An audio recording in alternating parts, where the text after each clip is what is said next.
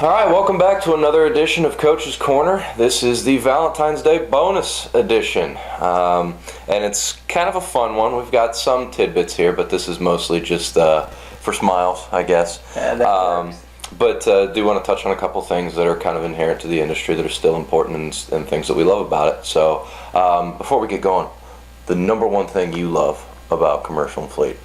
The number one thing that I love is I can go out on a sales call and ask this question. Hey, when is the last time a dealership showed you the courtesy of coming to you, knowing how valuable your time is? And my 95% answer is, well, gosh, we've never seen a dealership come to our place of business.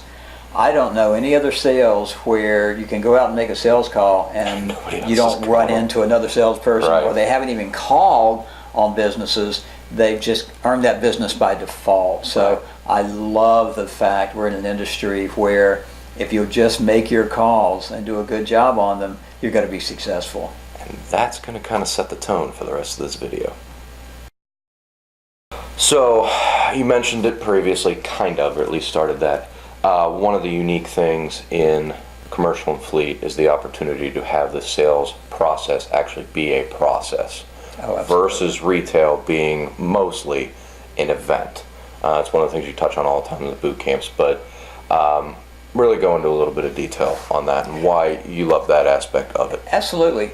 And that same concept creates a barrier in the dealership, because the dealership's used to instant results. Right.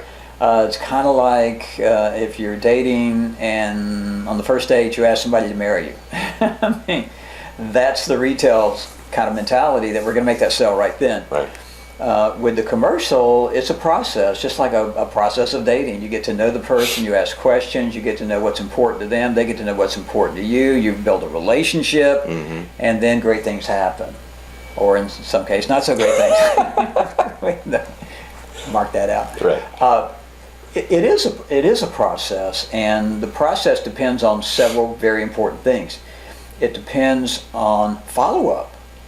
We know this for a fact based on the Huthwaite Corporation statistics, with over 10,000 different sales calls, sales situations, that only 1% of all commercial business-to-business sales are made on the first sales call. Right.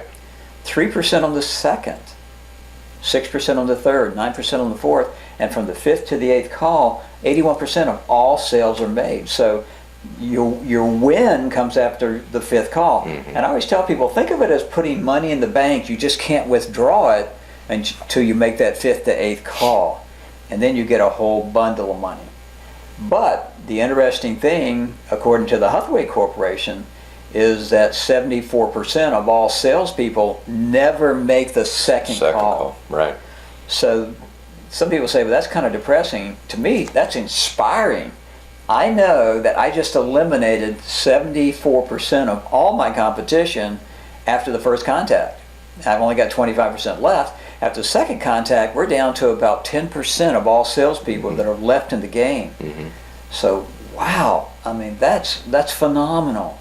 And that's what I love so much about this.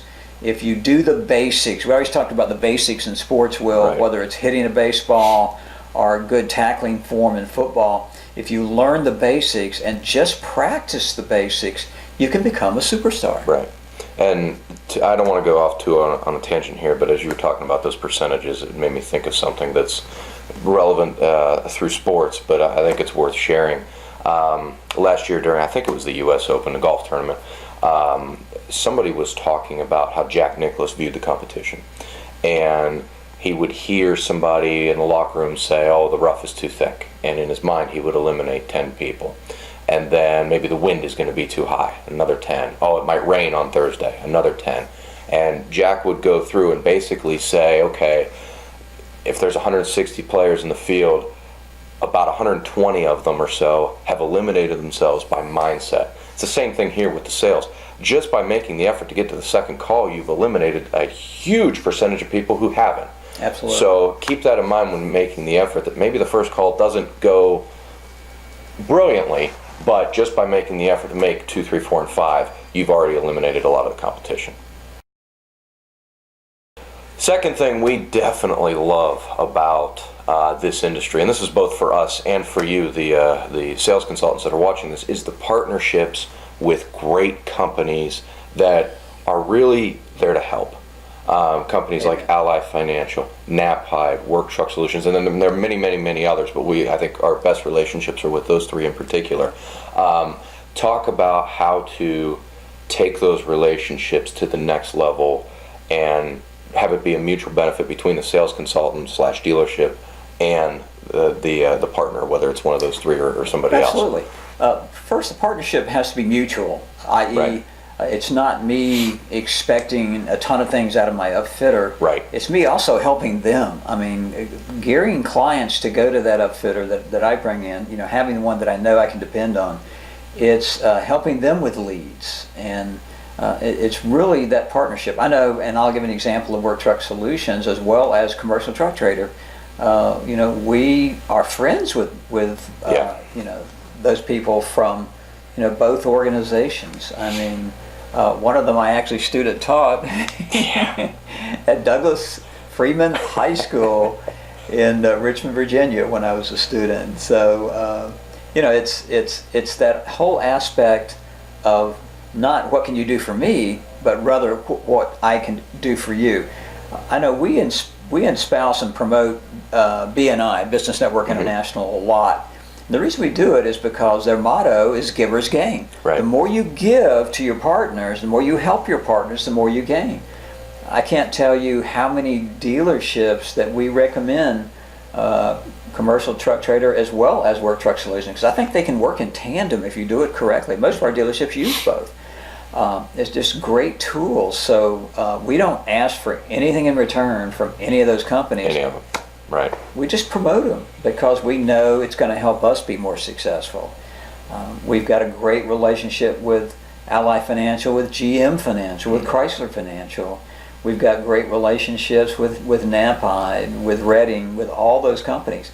Why? Because it's the right thing to do, Right. to promote our industry on a broad basis. Yeah, everybody working together really to achieve that common goal. And we're not trying to leave anybody out. If we did leave anybody out, running through the list of partnership companies too, by the way, I wanted to throw that in there. But one little tidbit on, I know you mentioned it about giving and receiving, how a sales consultant can use one of those companies to really make a difference, whether it's bailment pools or using the inventory strategies that Work Truck Solutions provides, or one of the terms you like to use, the golden handcuffs of a track lease. Is there any one of those that sticks out to you that can make a big difference? Absolutely. I think they all can in different ways. Right. For instance, if we want to add value to a client very quickly, I think commercial line of credit and track leasing are two incredible tools.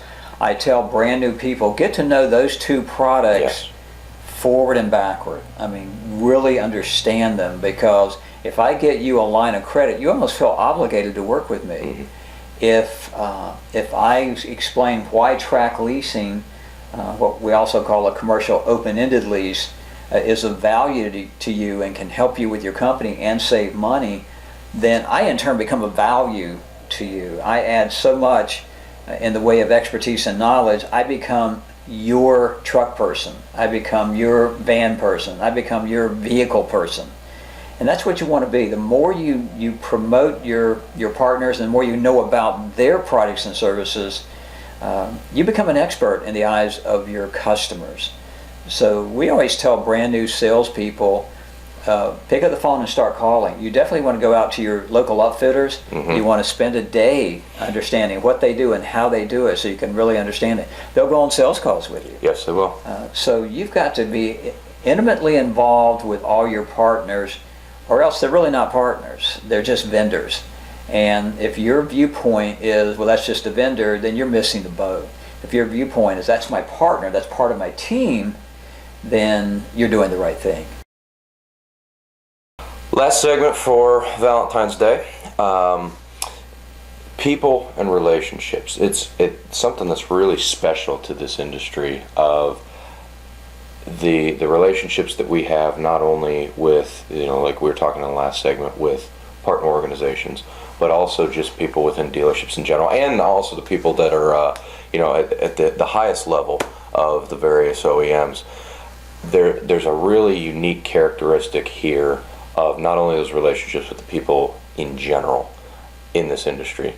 Touch on that for a little bit, because one of our original boot campers called you a relationship and networking artist, and it's always one of my favorite quotes about you, and you've got a really unique perspective on this kind of thing. Yeah, my perspective has always been, what can I learn about you? Mm-hmm. What can I do to enhance your life?